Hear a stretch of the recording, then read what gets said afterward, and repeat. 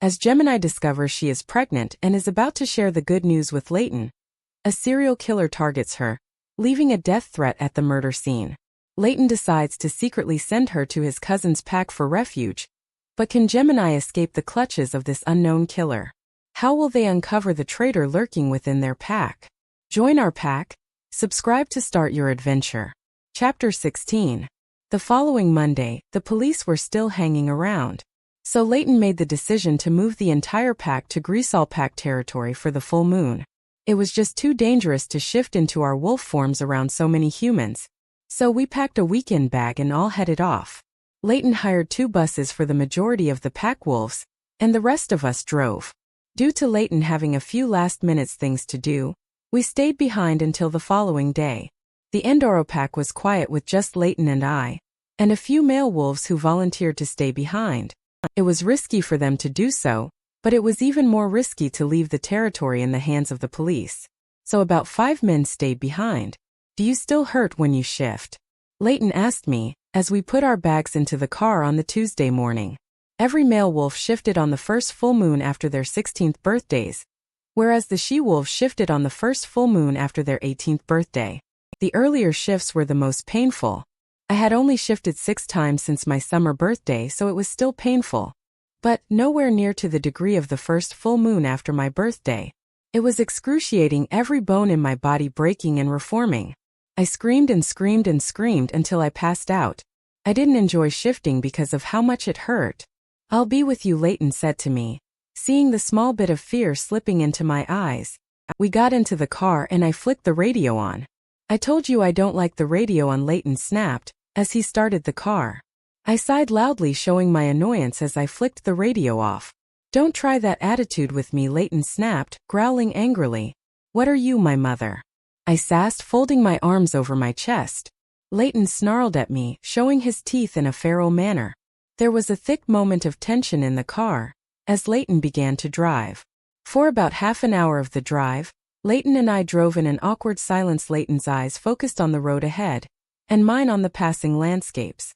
"I'm sorry," I whispered, realizing how rude I had been to talk to Layton the way I had. "It's okay," Layton nodded. "We're both on edge. It's the full moon tonight. Our emotions are all over the place. We never meant to get angry at one another. We both understand that.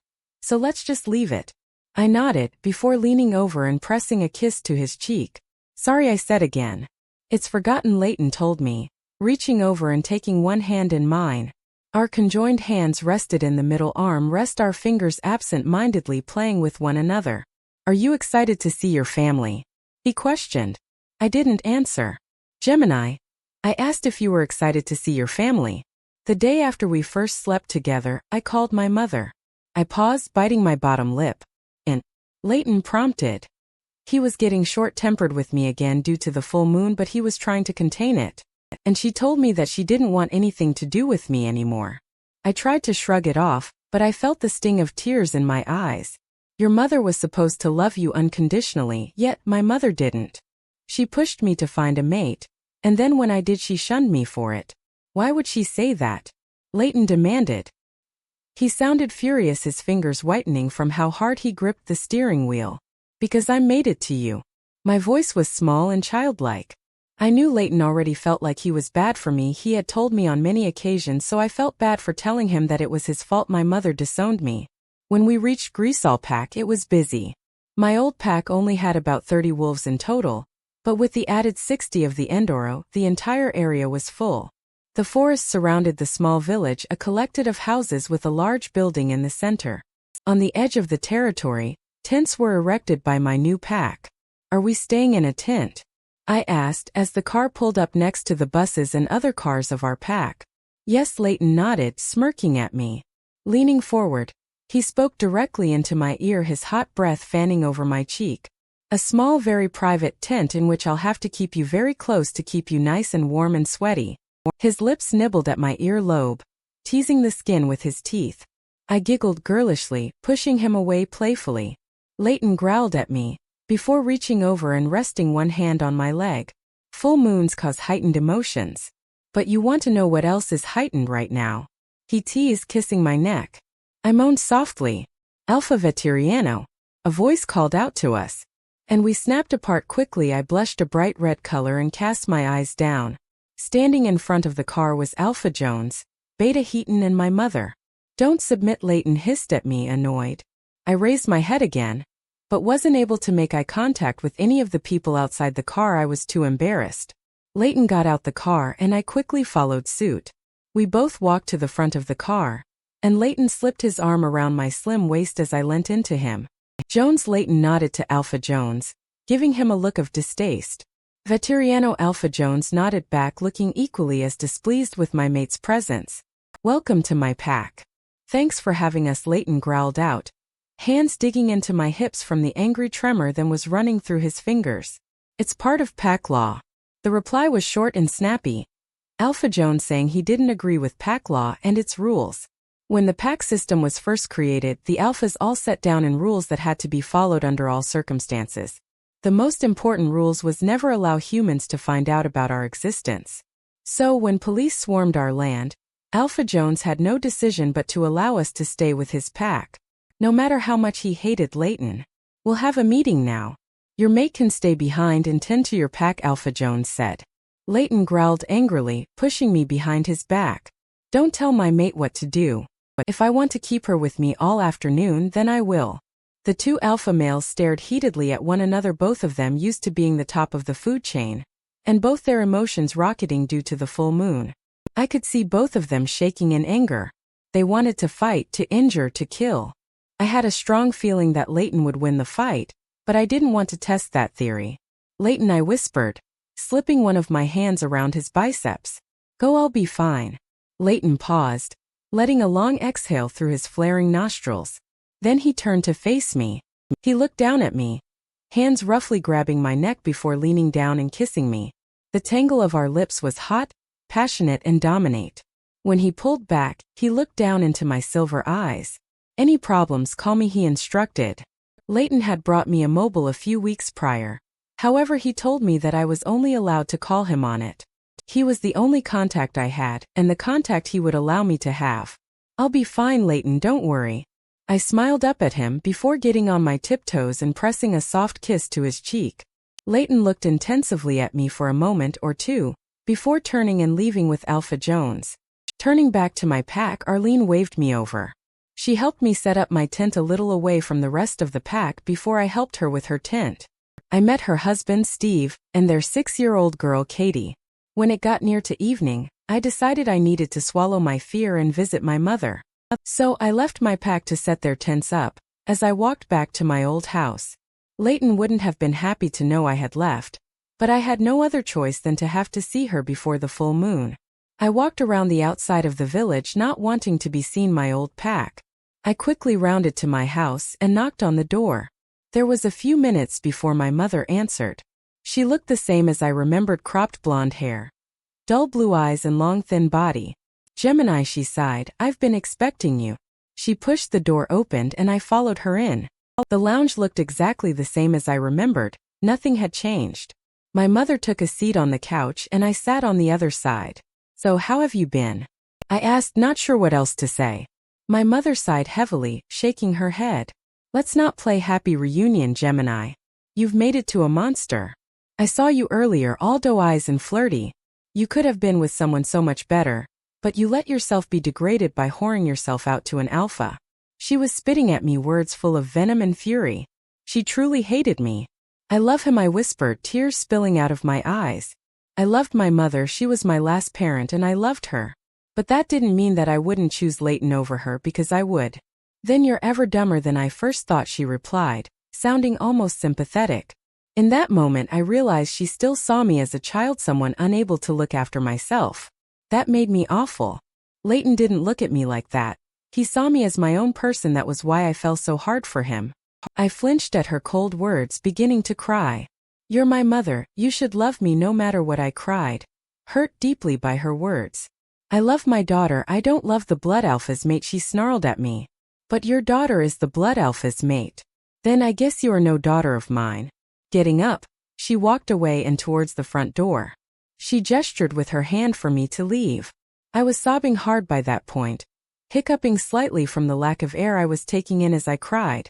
I clutched my hand to my aching chest, and walked out the house I used to call home. Cried and walked and cried.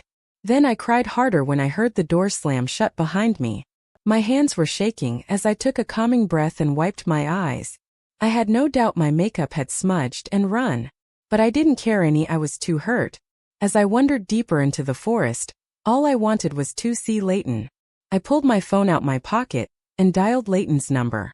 I heard the dial tone and the phone rang, but I quickly dropped the phone when someone grabbed me from behind. I screamed, the phone getting casted into the woodland debris. I spun around quickly to see a familiar face.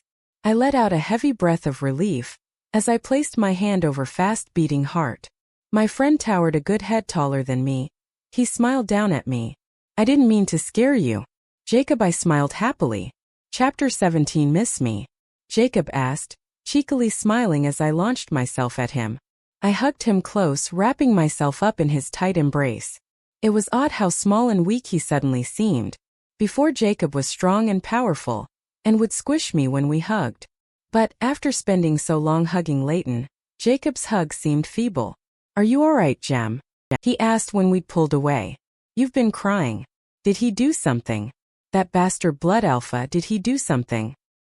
He growled darkly, but again, it seemed feeble compared to Layton's growl. Layton is my mate, I sighed heavily, shaking my head at how everyone was speaking about my mate. I love him, he would never hurt me. Why doesn't anyone understand that? I exclaimed angrily. The full moon was making me itch with rage. 'Cause he's a killer, Gemini. A fucking murderer. He killed his own parents. How can you say you love him? He shouted at me. I never used to like being around Jacob near the full moon. He always got angry with me when he was. I didn't like people being angry with me. I do love him, Jake. You don't understand what it's like to have a mate. Of course I understand, Jacob roared, storming up to me, gripping my arms tight. I cringed at his hold, but I wasn't scared. I knew that Jacob wouldn't ever hurt me, so there was no fear. I understand because I used to have you. I gave him a confused look, not understanding what he meant, but he quickly explained. I had you, Gemini. We were friends, we had each other. I have loved you since we were kids, and I thought you loved me too. You were just being too Gemini. To realize I was being too Gemini, what does that even mean? I questioned, feeling a bit offended. My father used to say that the full moon was stronger than any truth serum. No one had filters on a full moon. You know, he shrugged. You're odd and you have a few issues. Like locking the doors and sleeping with a bear. You're a bit younger than you should be at 18. You're young for your age. Layton doesn't see me as young, I snapped. He loves me for who I am. Does he? Jacob laughed, his laugh venomous and bitter. Oh, so he told you that he loved you. That he doesn't want you to do certain things for him, act certain way, wear certain things. He doesn't like you for you, he just likes the way you look. You don't know anything, I shouted, tears gathering in my eyes. His words were hurting, cutting me deep. Because Layton did love me, he just couldn't say it, and I believed him when he said that. But it seemed no one believed that he could love me. It hurt me to know that they all thought I was that unlovable. I know that you don't love him, he growled. You're in lust with him. You're just too naive to know the difference. I can show you what real love is, Gemini, but first I'm going to show you what lust is. So that you know what you're feeling isn't love, it is just lust. I didn't get the chance to ask what he meant by that. Because suddenly he pushed me forcefully against a tree. I yelped in shock as Jacob pressed his body on mine. He looked down at me for a second, his eyes darker than usual, and I could see his canines growing in his mouth. He was more wolf than human. Jake, please. My pleas were silenced with his lips clamping down on me. His lips were rough and foreign, and were not anything like Layton's. I pushed against him, shoving against his chest and pounding on his arms. It did no good, I was too weak. Jacob's tongue pried my mouth open, and plunged into my mouth. I felt violated and completely out of control. I was fighting hard, but my strength was just not enough. I cried as Jacob began to claw at my dress, ripping the material to reveal my bra. I was sobbing as he kissed me, wishing the ground would just swallow me up. Jacob was my best friend, he had been for as long as I could remember. Yet, for the first time ever, I wished I'd never met him. I was scared of him, and I wished I never met him. I closed my eyes as tears spilled over my cheeks, as Jacob managed to rip my dress clean off me. I was left in my underwear and my heels as I sobbed and cried. Jacob moved his lips to my neck as he began to kill my nape. His arms kept me still against the tree. When I finally gave up fighting, and I knew there was nothing I could do to stop Jacob, I stopped fighting and just cried. But just as Jacob began to nip at my neck with his teeth, he was ripped away from me. My eyes shot up and I let out a sob of relief. Layton stood in front of me, his entire body shaking with pure fury. Jacob was sprawled out on the floor, his face full of surprise. His eyes were wide and shocked, and I realized he was coming down from his full moon-fueled lust and dominance. However, the full moon was no excuse for his behavior. "I am going to rip you limb from limb," Layton screamed, the alpha tone causing hairs to stand up on my body. Raising his hand, Layton dropped his fist and slammed it into Jacob's face. I knew it was going to happen, that I wouldn't be able to stop Layton beating him, so I turned away. I faced the opposite direction, hands over my ears, and I cried to myself. I knew that Layton wouldn't let everything go. He was going to kill Jacob. I couldn't stop him, I knew that. I was sad, but I was also relieved. I couldn't believe that Jacob could have ever do that to me. He had attacked me, tried to take advantage of me. I didn't know what would have happened if Layton hadn't shown up. When he did, it upset me more to even think about. When I felt hands slip over mine and remove them from my ears, I screamed. "Hush, Gemini," Layton whispered in my ear from behind. I turned around, trying not to notice the scarlet blood on his hands. He tried to. I cut myself off with a sob, slamming my hand over my mouth to silence the cry. "Hush, Gemini. It's done now. He won't ever hurt you again. I'm here now. I'm here."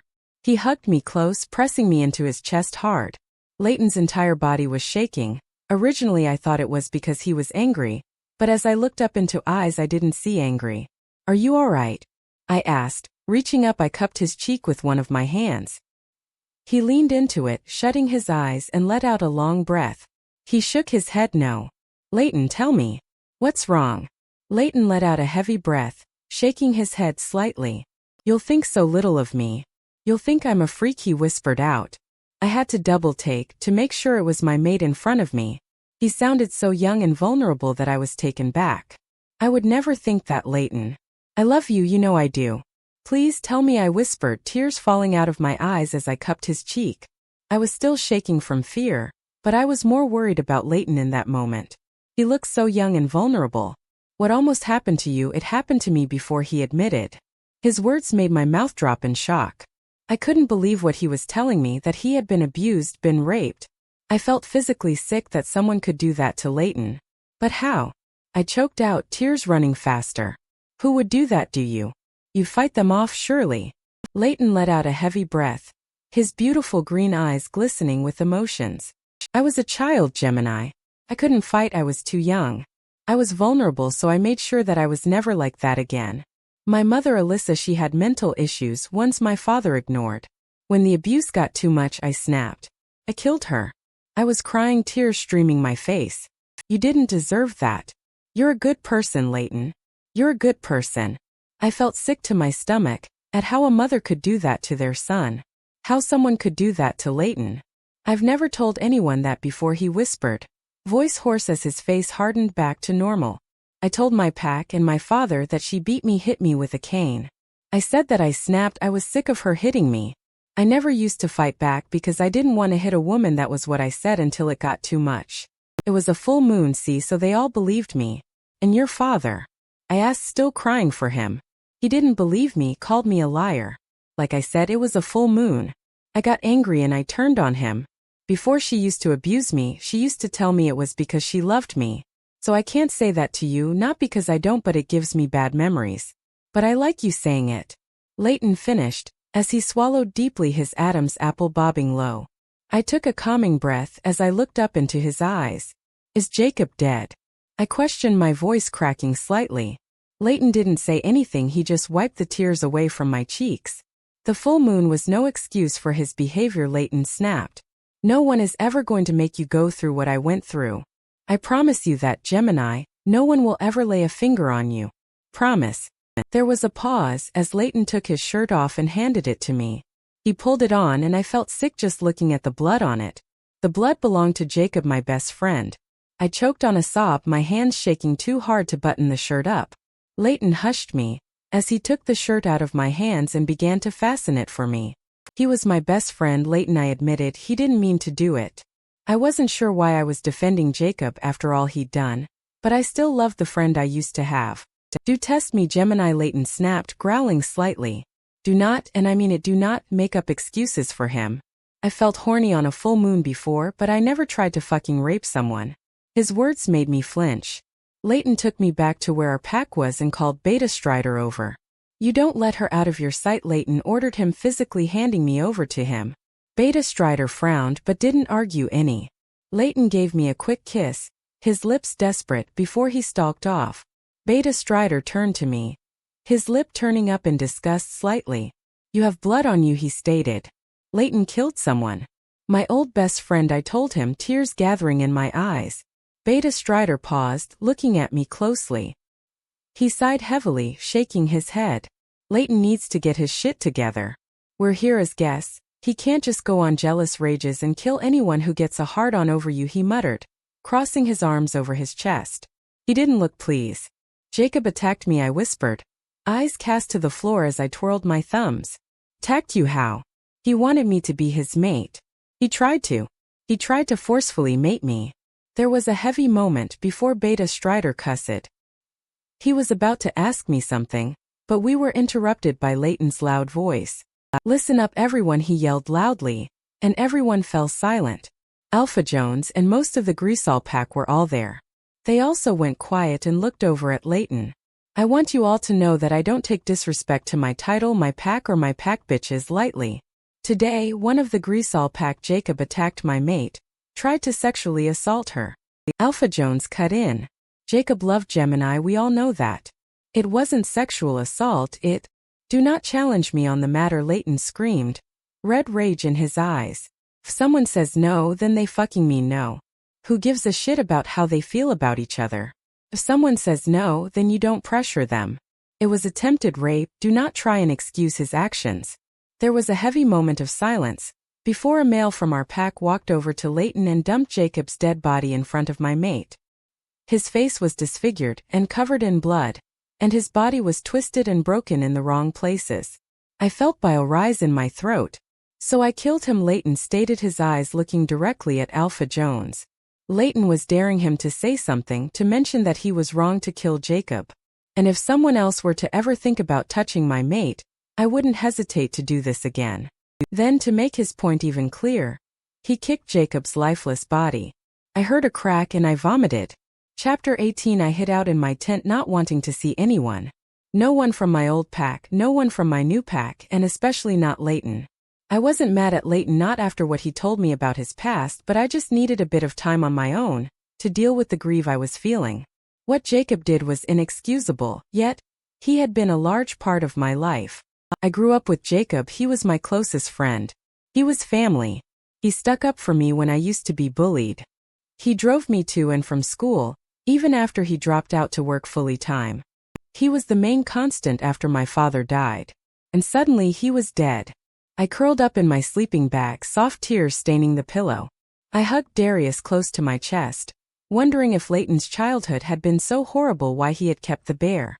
But as soon as I began to think of Layton's past, I thought of what happened to him, then what Jacob did. It made me cry hard. So I tried to distract myself by thinking of nice things. I think of something simple like my favorite food. My favorite food was pasta. So I think of pasta, which would lead me to that time that I made pasta for Layton. Thinking of that led me to think of Layton, which led me back once more to what he did to Jacob and why. It was a vicious circle. When night was drawing close, I began to get uncomfortable. The full moon was rising. I swallowed a deep lump in my throat, both from the crying and from the fast approaching fear. Shaking myself, I got out the tent. Layton was waiting outside the tent for me. I knew he had been there. He had been for about an hour previous. I assumed he wanted to be near me, but not actually with me. I felt the same towards him. I'm sorry, Layton whispered to me as he got closer. I smiled sadly and took a step back. You have nothing to be sorry for, Layton. You did what everyone else would have done in the situation. I don't blame you, nor do I love you any less because of what happened or because of what you told me. However, I need some time to grieve the friend I once knew. So please just allow me some time. Layton's jaw set, and he gave me a small nod. His face was unreadable like always, but I was so desperate to see what he was feeling. But Layton was a closed book, his page very much kept private. I wanted him to understand that I didn't blame him, I blamed Jacob, so I got onto my tiptoes and pressed a soft kiss to his lips. Just a small peck to let him know I cared. I don't want you to be on your own during the shift, Layton said, chewing the inside of his cheek in what I assumed was worry. I'll stay with her, a voice from behind us said. We both turned to see Beta Strider standing quietly, his large arms crossed over his chest. His face was hard also, with a look of complete boredom. He looked anything but caring, so I wasn't sure why he was volunteering his help.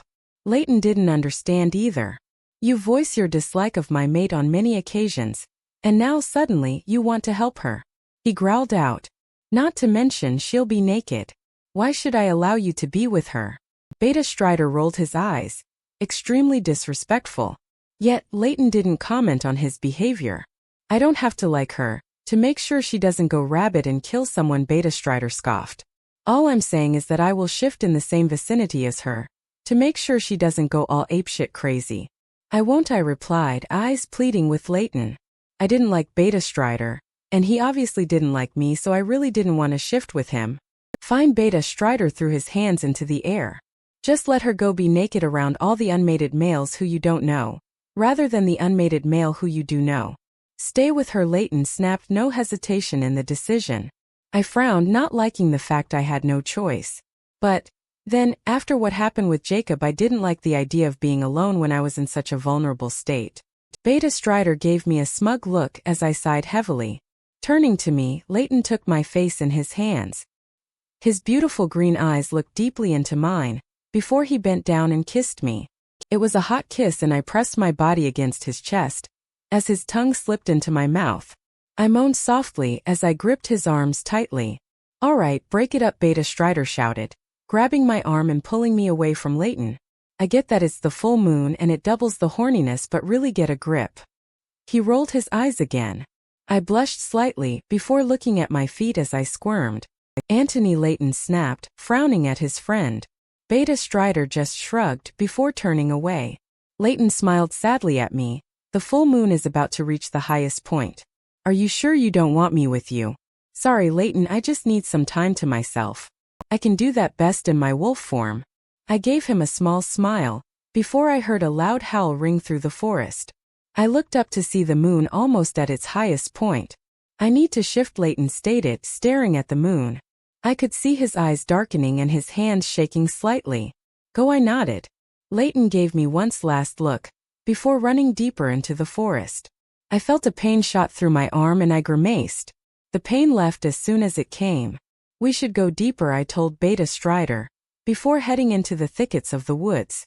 Beta Strider followed me, as I stumbled slightly over the woodland debris. Why did you volunteer to do this with me? I asked as I came to a stop in a clearing. The branches covered the majority of the air above me, but the silver gleam of the moon still shone over. Because I didn't want you to shift alone, he replied, shrugging in a nonchalant way. I gave him a weird look. I may have been a bit of a dick towards you, but it was nothing to do with you. It was more to do with Layton. I just don't think you're good enough for him. Why not? I asked, bottom lip wobbling as I felt my emotions spike.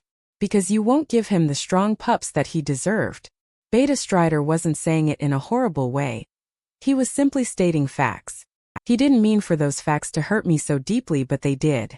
So you'd rather him be with Andrea then? I snapped. As the rage pumped through my veins, a sharp soaring pain shot throughout my body.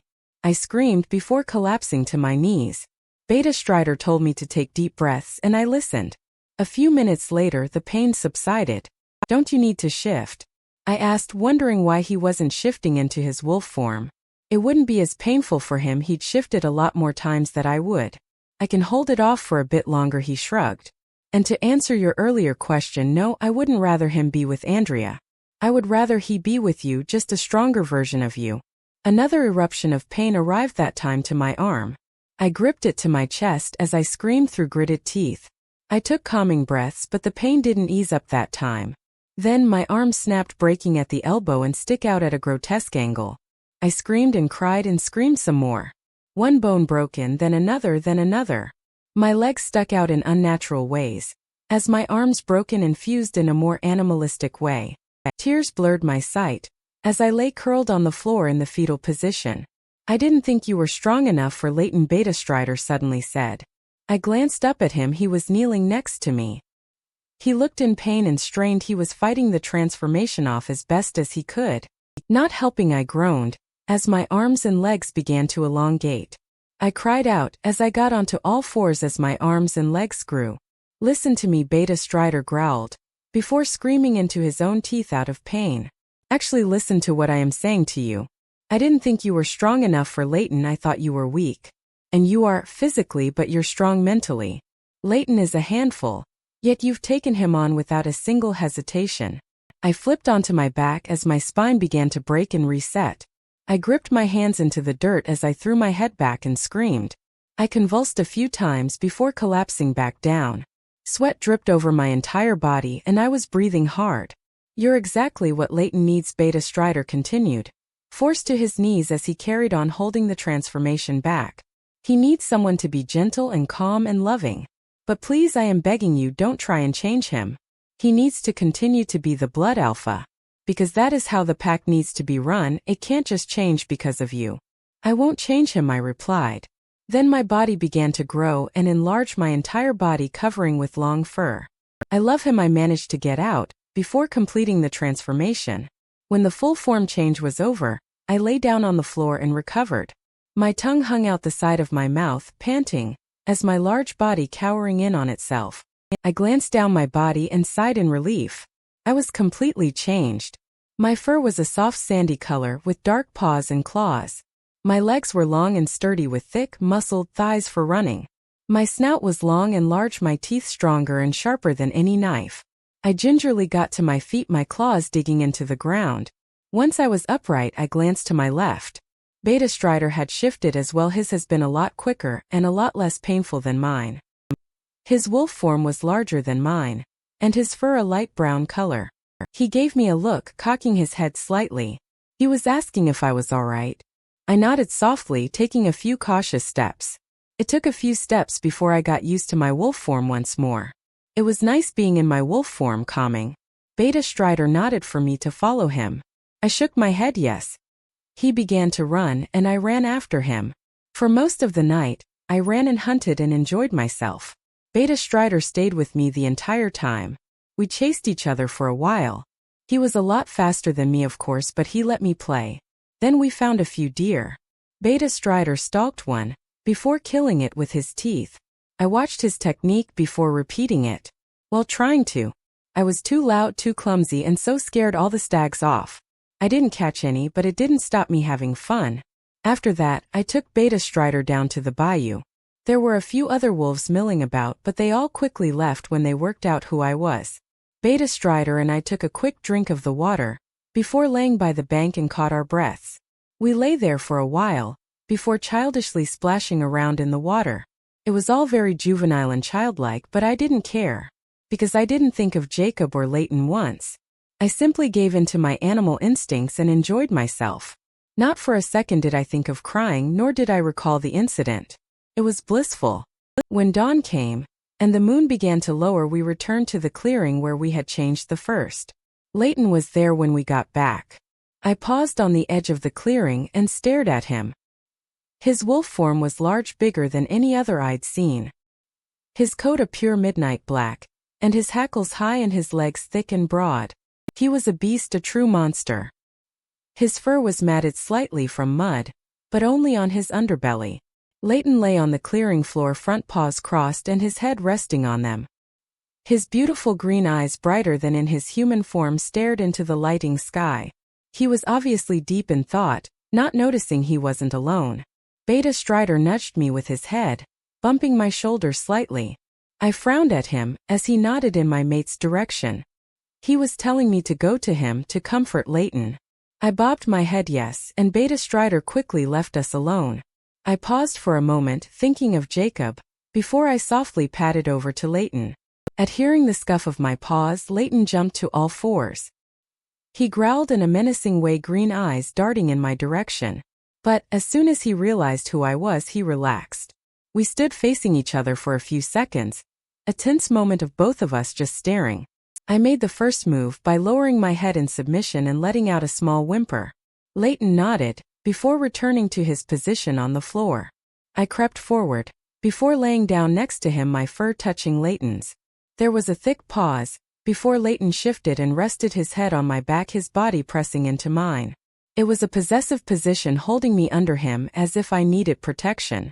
Just being with him like that as he showed me how much he cared, it made me well up.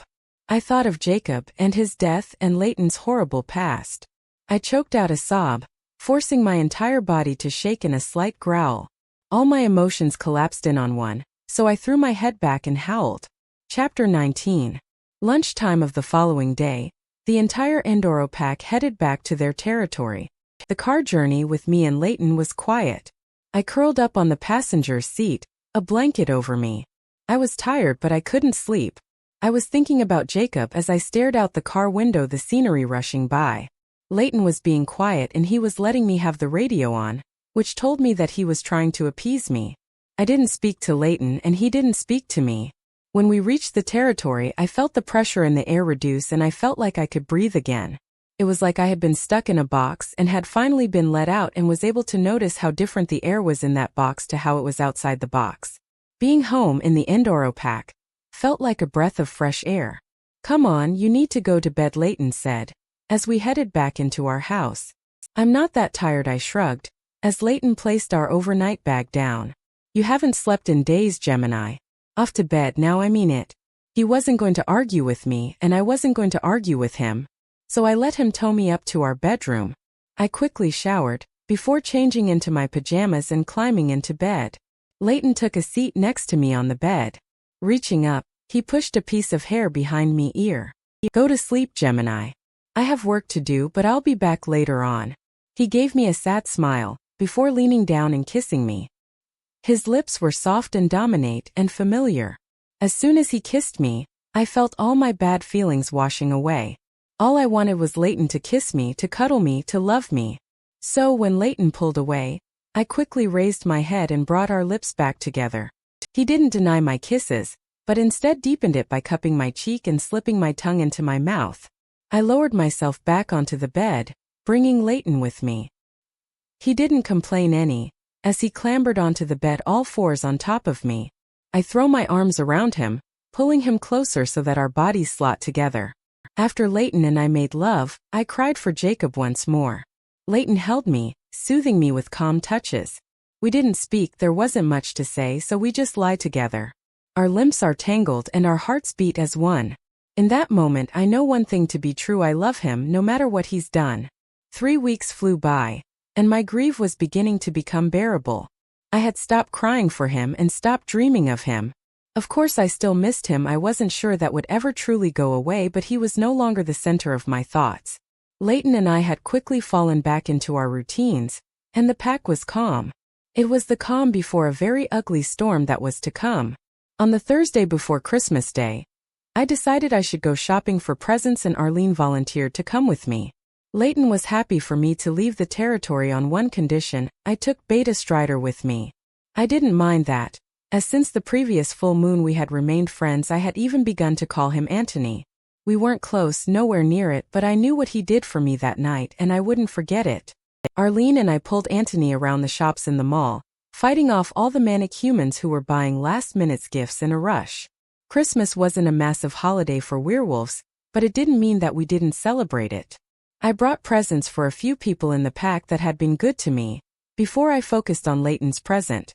I hadn't been sure what to get him, so I settled on a few items of clothing, a new laptop and a photo-framed picture of us I had taken a week or so before. "I need to go off on my own," I said, after I'd finished shopping for Layton. "Are you kidding?" Anthony snorted. "No way. Layton would have ours heads if we let that happen." "I'll be fine, Anthony, I promise. But there are a few things I need to get on my own," I sighed. I gave them a pleading look, holding my hands together in a begging gesture. "Half an hour, that's all I need. Please." Anthony looked at me, his eyes burning into my skull as he scrutinized my face closely. But finally he sighed heavily and nodded yes. "Half an hour, that's it. Then I want to meet back there. He pointed to a small diner opposite to where we stood then. Thank you, I grinned. I took off towards the stores buying a few more things. Then I headed to where I really wanted to go, to the drugstore. A week after the full moon I missed my period. I had thought that I could have been pregnant then, but I didn't say anything. I waited a few more weeks, and when I still hadn't gotten my period I was almost certain I was pregnant. I was extremely excited, but I was more excited to tell Layton. I knew he would be happy with the fact we were starting our family. He would be happy that I would be providing him with a pup. Inside the drugstore I picked up a pregnancy test even though I was fairly confident I was pregnant. As I scanned the shelves deciding on which brand of test I wanted, a voice sounded out behind me. You're dating Mr. Vetteriano, aren't you? The voice questioned. I turned on my heels to see 3 men and a woman, all of them within their mid-20s, and looked at me with narrowed eyes. I instantly went of the defensive. Mr. Vetteriano is my husband, I replied.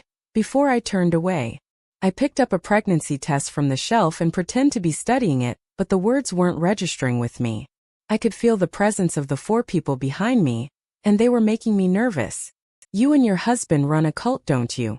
One of the men asked. My heart began to hammer, and I was getting extremely nervous and scared. My hand shook around the pregnancy box, as my other hand slipped into my pocket and gripped my phone. The 3 men suddenly surrounded me, the woman holding back slightly. Answer me, bitch, one of the men snapped, slamming his hand against the shelving. I jumped in shock, spinning on my hips to come face to face with humans. We don't run a cult, I stated. I was scared, no terrified, but I tried my best to keep my voice as confident as possible. We live in a gated community with our family and friends, that is all. You think we're all fucking stupid, don't you? The man to my left, the tallest one, demanded. We know you do all kinds of weird shit up there. I mean, last month you sacrificed some poor girl to Satan, or whoever you worship. He snapped, slight spit spraying from his mouth and hitting me. That girl was mauled by a wild animal. The police said so, I whispered, voice small. My hands were gripping the pregnancy test, as I faced the people off. Bullshit, the woman screeched, stepping closer and forcing me to back up against the shelves. My back hit hard and the shelves wobbled slightly. We know you all killed that woman, no matter what the police say. We didn't, we'd never met that woman before. I pressed 2 on my phone speed dial for Anthony. I only had 3 phone numbers of my phone. Layton was number 1, Anthony 2, and Arlene was 3. Ah, boys, the little girl is having baby, the woman cooed, pretending to think it was lovely. Wouldn't it be horrible if something were to happen to that little baby cult leader? She spoke in a childish way, and the men laughed. Tears filled my eyes and a few spilled out. Please just let me pass, I pleaded, trying to step forward.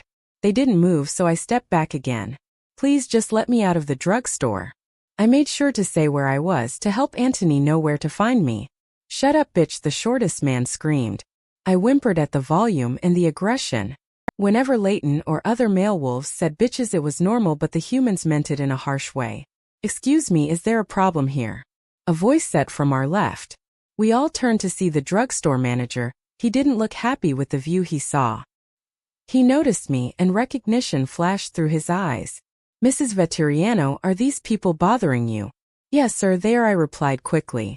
The manager looked wary of me. No doubt he had heard of Layton and his harsh ways. But I didn't care, I was just glad that he had saved me. He turned to the people. Out all of you. You're terrorizing a customer and disturbing the others. All of you out now before I call the police. There was a heavy moment before the woman nodded to her friends and they all left. As soon as it was just the manager and me, I let out a heavy sigh. Thank you, I smiled. I am so sorry, Mrs. Vetteriano. Please, whatever you want, it's on me today. The manager was nervous. He knew that Layton could ruin his business if he so wanted. He took the pregnancy test of me and took it to the counter just as Anthony entered. As soon as he saw me, he rushed to my side. You all right? He asked. I could see the panic in his wide eyes. I nodded, a few more tears spilling from my eyes. I quickly embraced Anthony, throwing my arms around him. He froze, not hugging me back, but didn't move away until I did. I thought they were going to hurt me, I admitted, wiping my tears away.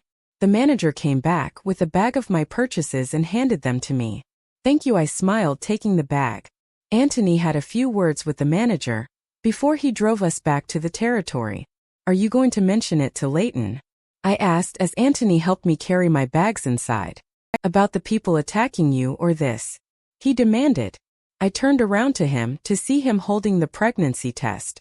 I rushed over and grabbed the box from his hands before shoving it back into the box. I don't know if I am pregnant, I just think I am, I explained, frowning at him. But if I am, then I will be the one to tell him. Yes, alpha female, he smirked, laughing softly. But yes, I have to tell him about those humans. Not long after he left to go find Layton. Layton wasn't happy about what happened, and when he returned he cussed out every human in the country. I sat on the bed, quietly, listening to his long-winded rant. It was the first time since I had met him that I had heard him sound so passionate about something. And that something was mass genocide of humans. Please, Layton, let's just forget about it, I sighed, taking his hand and pulling him over to the bed with me. He frowned, but didn't argue as we lay down together. I rested my head on his chest, hearing the way his heartbeat sounded. Layton, I whispered, getting ready to tell Layton what he had wanted to hear since we'd first started dating. That I was pregnant, that I was going to have his pup. I was excited to tell him and excited for him to find out. Yes? He asked just as his phone began to wail loudly. 1 second he smiled at me before answering. It was Anthony. He listened for a few minutes before frowning and turning to me. I need to take this outside, Layton said to me. I frowned but nodded. I waited for him to return, and when he did he wasn't happy. Instead he was furious. Layton, what's the matter? I jumped off the bed as rushed to his side. Layton let out a low growl, his jaw clenching in anger. Layton, what's wrong? What happened? I demanded. We have another dead human on our land. Chapter 20. Layton refused to let me come with him, and we argued about it. While I argued, Layton just locked me in the house. I could have climbed out the window or smashed the French doors on the balcony, but I didn't. Because despite everything, I still didn't want to upset Layton. So I sat at the kitchen island and waited. And waited. And waited. I was extremely nervous about what would happen if the police found out about the second murder. I was also nervous and scared as I thought of who was killing and why. When Layton returned, it was dawn. Walking into the kitchen, he saw me and frowned. Have you been waiting for me? He asked, coming up to me. I jumped off the stool and he held me close. I was scared, I admitted, resting my head against his broad chest. I could hear his elevated heart rate, and that instantly made me nervous. Layton wasn't the type to get nervous or startled, but something had really sped up his heart race. I've got you, don't worry, I'll keep you safe, Layton said, pressing a soft kiss to the top of my head. Layton, what happened? I asked, trying to pull away. However, Layton didn't let me. He held me tighter and pressed a kiss to the top of my head. It was odd behavior from Layton. He was never clingy. So his behavior worried me because I was always the clingy one, never him. The human, there was a message next to the body, Layton told me. I pulled back again. He let me that time and I looked up into his face. I took the message away so the police nor the rest of the pack have seen it. And I want to keep it that way. What did the message say? I asked, frowning deeply. There was a moment of pause as Layton just stared down into my eyes. Layton, what did the message say? I repeated, more forcefully the second time. Layton reached into his pocket and pulled out a piece of folded paper. He gripped it tight, looking grim before he handed it to me. I took a step away from him as I unfolded the paper. The note was spelt out using newspaper and magazine letters like I had seen in movies. The words read out. Blonde hair, gray eyes, and a beautiful mind and body. Remind you of anyone. The first girl was Jessica Smith. The second girl was Scarlett Jackson. The third girl will be Gemini Veteriano. And I'll be killing 2 wolves with 1 stone. Underneath was a picture of me, taken earlier that day, with a pregnancy test in my hand. The picture was taken from outside the drugstore, and the humans who attacked me were just up from me watching me close. I looked over the letter, the breath catching in my throat. I felt tears filling up my eyes as I looked up at Layton. His face was unreadable and stoic, as hard as the first day I'd seen him. We stared in each other's eyes for a few minutes, as silent tears spilled over my cheeks. When was this taken? Layton asked, breaking the heavy silence. This morning, I whispered. That was what I was going to tell you earlier before Anthony came. Layton, I'm pregnant. There was a tense moment, as we continued to stare at each other. Then Layton viciously grabbed my neck and jerked my head up. Pain shot through my neck, but it went as soon as his lips touched mine. I threw my hands around his neck as we kissed. The desperation between our lips was almost unbearable. I could feel his fear just as he could feel mine. My hands held onto his neck hard as he picked me up. Layton took a seat on the couch, and I sat straddling his lap. We kissed for a while, long, passionate, desperate kisses. The kisses felt wet because of my tears that mingle with it. When we pulled away, we were both gasping from breath. "I love you, Layton." "Ditto," Layton replied, and I laughed through my tears. "I can't believe we're going to have a pup." He smiled that beautiful smile that only I got. And then we were kissed once more.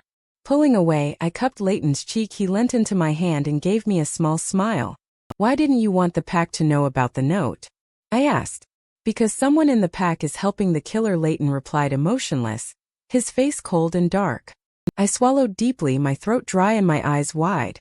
I couldn't believe that someone in our Pact, people we considered family, would betray us like that. The killer isn't from the Pact because they've been killing in half-shift. And there are only 2 people strong enough in the Pact to fully half-shift me and Anthony. And it is neither of us. However, the killer manages to enter when there are no patrols going on. So they must have an inside source. Couldn't they just know our patrol schedule? Know when we have pack wolves watching our borders and when the different shifts change? I asked, biting my bottom lip. "No, I change the shifts every day so things like that don't happen." There was a pause before Layton growled and held me closer. "This isn't fair. You're perfect and kind and loving. And our pup will be the same. Yet, instead of targeting me, they go after you. It isn't fair, it really isn't." "I don't want anyone to target you," I whispered, a few more tears escaping my eyes. "If I kept you and our child safe, then I would happily die to get this killer away from you." "Layton, please don't say things like that. I can't raise our child by myself, so please don't say things like that." Reaching up, he wiped my tears away. Layton gave me a soft smile, before taking my hands and kissing them. "Layton, take me to bed," I said, pressing a soft kiss to his lips. "I want you to hold me, to love me. Please take me to bed." There was a heavy moment between us, before Layton kissed me deeply. It had been dawn when Layton returned home, so by the time we finished making love, it was almost time for the world to awaken. We lay in the bed together, clinging tightly to each other in silence. My head was rested on his chest, and our legs were tangled together. "What are we going to do?" I asked Layton, breaking the blissful silence between us. We had been ignoring it, that murderous elephant in the room, but there was only so long that the ignorance could carry on.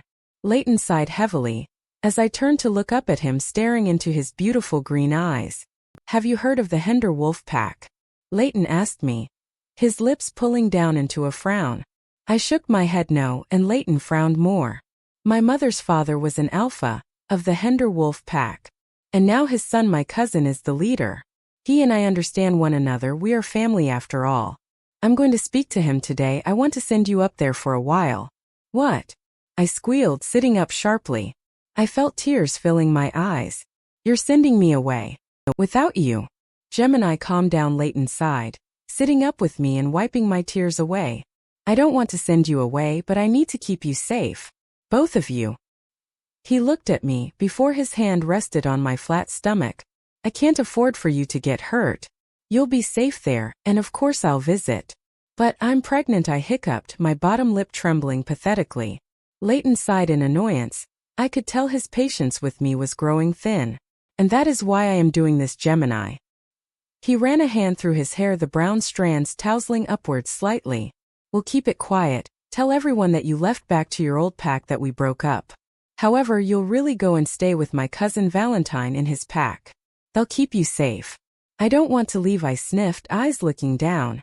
Layton placed his finger under my chin and forced it up so our eyes met. "I don't want you to leave. If anything, I just want to hold you and never let you go." "But I can't." He kissed me softly as I offered him a sad smile. "Can I at least stay here until after Christmas?" I asked, my fingers absent-mindedly tracing the tattooed patterns on his arms. "Of course, it would look suspicious if you left just after another murder." "We'll wait until just after the new year," he replied. Layton was feeling anxious about leaving me in the house alone, so I went with him to his office. The entire pack was chatting about the murder, and the police had gotten involved again. Apparently they had been tipped off about the murder, and where to find a body. Whoever the killer was, they really wanted to put Layton out. The police questioned Layton in the morning, and I waited in his office with Anthony. We didn't talk much. I read a book from Layton's dusty bookcase and Anthony silently got to work. Did Layton tell you about the note? Anthony broke the silence by asking. I paused in my reading and glanced up at him. Yeah, he did. I nodded. Did he tell you about Pact? Yeah, he did. Anthony mirrored my words. We fell into a heavy silence, the mood thick and sober. I'm sorry this is happening to you, especially with... He gestured to my stomach. Instantly, as if by reaction, my hands rested on my midsection. I'm sorry this is happening to the pack, I replied. And we nodded to one another. When Layton returned, Anthony returned to his own office and Layton sat back down at his desk. Like with Anthony, I read a book quietly and let him get to work.